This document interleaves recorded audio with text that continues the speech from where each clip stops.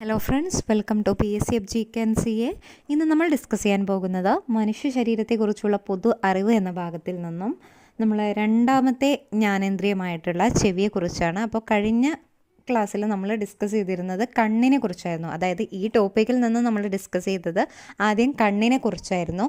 ഇന്ന് നമ്മൾ ഡിസ്കസ് ചെയ്യാൻ പോകുന്നത് ചെവിയെക്കുറിച്ചാണ്. അപ്പോൾ നമുക്ക് സ്റ്റാർട്ട് ചെയ്യാം. ചെവിയെക്കുറിച്ചുള്ള പഠനമാണ് ഓട്ടോളജി. ചെവിയെക്കുറിച്ചുള്ള പഠനമാണ് എന്ത്? ഓട്ടോളജി. കേൾവിക്ക് സഹായിക്കുന്നതിനോടൊപ്പം ശരീരത്തിൻ്റെ തുലനനില പാലിക്കാൻ സഹായിക്കുന്ന അവയവമാണ് ചെവി. കേൾവിക്ക് സഹായിക്കുന്നതിനോടൊപ്പം ശരീരത്തിൻ്റെ തുലനനില പാലിക്കാൻ സഹായിക്കുന്ന അവയവമാണ് ചെവി. ചെവിയുടെ 3 പ്രധാനപ്പെട്ട ഭാഗങ്ങളാണ് ബാഹ്യകർണം, മധ്യകർണം, ആന്തരകർണം. ചെവിയുടെ പ്രധാനപ്പെട്ട 3 ഭാഗങ്ങൾ ഏതൊക്കെയാണ്? ബാഹ്യകർണം, മധ്യകർണം, ആന്തരകർണം. ബാഹ്യകർണത്തിൻ്റെ ഭാഗങ്ങൾ ഏതൊക്കെയാണ്? ചെവിക്കൂട, കർണനാളം, കർണപടം. അതിൽ ആദ്യം നമ്മൾ പഠിക്കുന്നത് ബാഹ്യകർണമാണ്. ബാഹ്യകർണത്തിൻ്റെ പ്രധാനപ്പെട്ട 3 ഭാഗങ്ങളാണ് ചെവിക്കൂട, കർണനാളം, കർണപടം. ശബ്ദതരംഗങ്ങളെ കർണനാളത്തിലേക്ക് നയിക്കുന്ന ഭാഗമാണ് ചെവിക്കൂട. ശബ്ദതരംഗങ്ങളെ കർണനാളത്തിലേക്ക് നയിക്കുന്ന ഭാഗമാണ് ചെവിക്കൂട. ശബ്ദതരംഗങ്ങളെ കർണപടത്തിലേക്ക് നയിക്കുന്ന ചെവിയുടെ ഭാഗമാണ് കർണനാളം.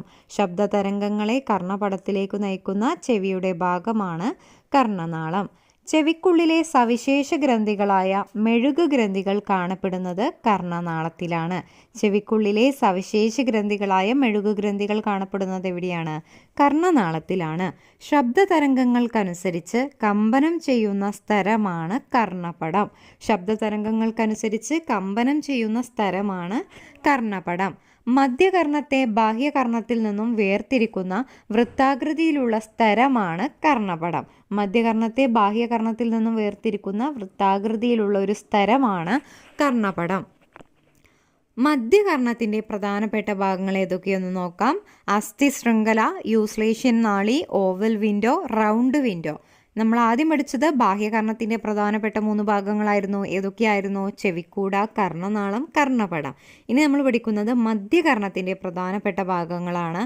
അസ്ഥി ശൃംഖല, യൂസ്ലേഷ്യൻ നാളി, ഓവൽ വിൻഡോ, റൗണ്ട് വിൻഡോ. കർണപടത്തിന് ഇരുവശത്തുമുള്ള വായുമർദ്ദം ക്രമീകരിക്കാൻ സഹായിക്കുന്നതാണ് യൂസ്ലേഷ്യൻ നാളി. കർണപടത്തിന് ഇരുവശത്തുമുള്ള വായുമർദ്ദം ക്രമീകരിക്കാൻ സഹായിക്കുന്നതാണ് യൂസ്ലേഷ്യൻ നാളി. മധ്യകർണത്തെ ഗ്രസനിയുമായി ബന്ധിപ്പിക്കുന്ന കുഴലാണ് യൂസ്ലേഷ്യൻ നാളി. മധ്യകർണത്തെ ഗ്രസനിയുമായി ബന്ധിപ്പിക്കുന്ന കുഴലാണ് യൂസ്ലേഷ്യൻ നാളി. കർണപടത്തിലെ കമ്പനങ്ങളെ വർദ്ധിപ്പിച്ച് ആന്തരകർണത്തിലേക്ക് എത്തിക്കുന്ന ഭാഗമാണ് അസ്ഥി ശൃംഖല. കർണപടത്തിലെ കമ്പനങ്ങളെ വർദ്ധിപ്പിച്ച് ആന്തരകർണത്തിലേക്ക് എത്തിക്കുന്ന ഭാഗമാണ് അസ്ഥി ശൃംഖല. മധ്യകർണത്തിലെ പ്രധാനപ്പെട്ട അസ്ഥികളാണ് മാലിയസ്, ഇൻകസ്, സ്റ്റേപ്പിസ്. മധ്യകർണത്തിലെ പ്രധാനപ്പെട്ട 3 അസ്ഥികൾ ഏതൊക്കെയാണ്? മാലിയസ്, ഇൻകസ്, സ്റ്റേപ്പിസ് ആണ്. ചുറ്റികയുടെ ആകൃതിയിലുള്ള മധ്യകർണത്തിലെ അസ്ഥിയാണ് മാലിയസ്. ചുറ്റികയുടെ ആകൃതിയിലുള്ള മധ്യകർണത്തിലെ അസ്ഥിയാണ് മാലിയസ്. കൂടക്കല്ലിൻ്റെ ആകൃതിയിലുള്ള മധ്യകർണത്തിലെ അസ്ഥിയാണ് ഇൻകസ്. ചുറ്റികയുടെ ആകൃതിയിലുള്ള മധ്യകർണത്തിലെ അസ്ഥിയാണ് മാലിയസ്. കൂടക്കല്ലിൻ്റെ ആകൃതിയിലുള്ള മധ്യകർണത്തിലെ അസ്ഥിയാണ് ഇൻകസ്.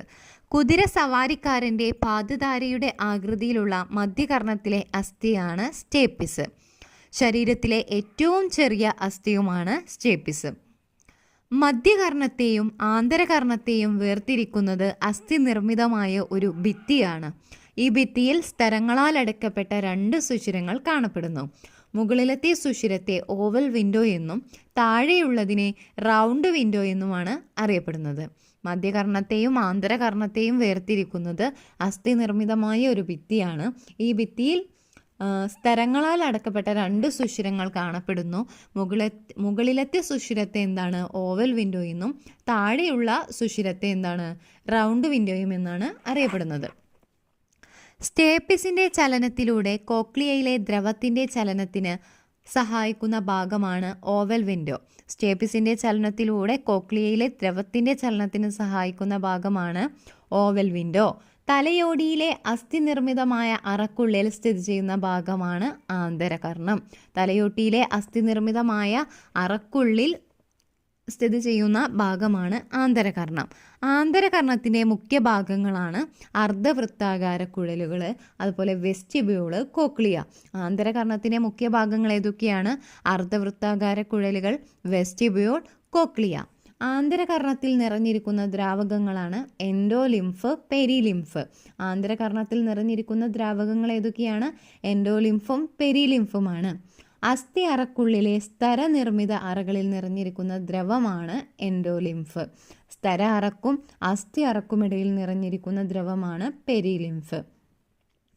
അസ്ഥി അറക്കുള്ളിലെ സ്തരനിർമ്മിത അറകളിൽ നിറഞ്ഞിരിക്കുന്ന ദ്രവമാണ് എൻഡോലിംഫ്.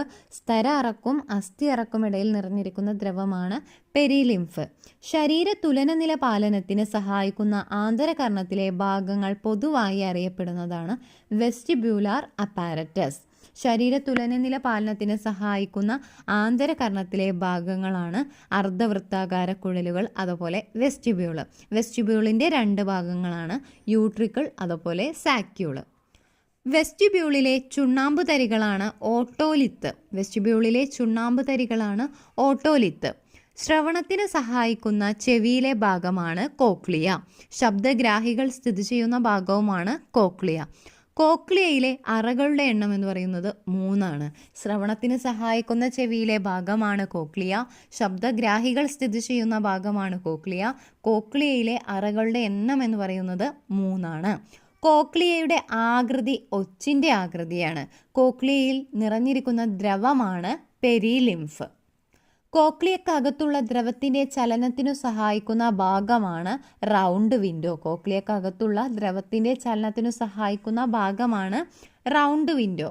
മനുഷ്യന് കേൾക്കാൻ സാധിക്കുന്ന ശബ്ദത്തിൻ്റെ പരിധി എന്ന് പറയുന്നത് 20 ഹെർട്സിനും 20,000 ഹെർട്സിനും ഇടയിലാണ്.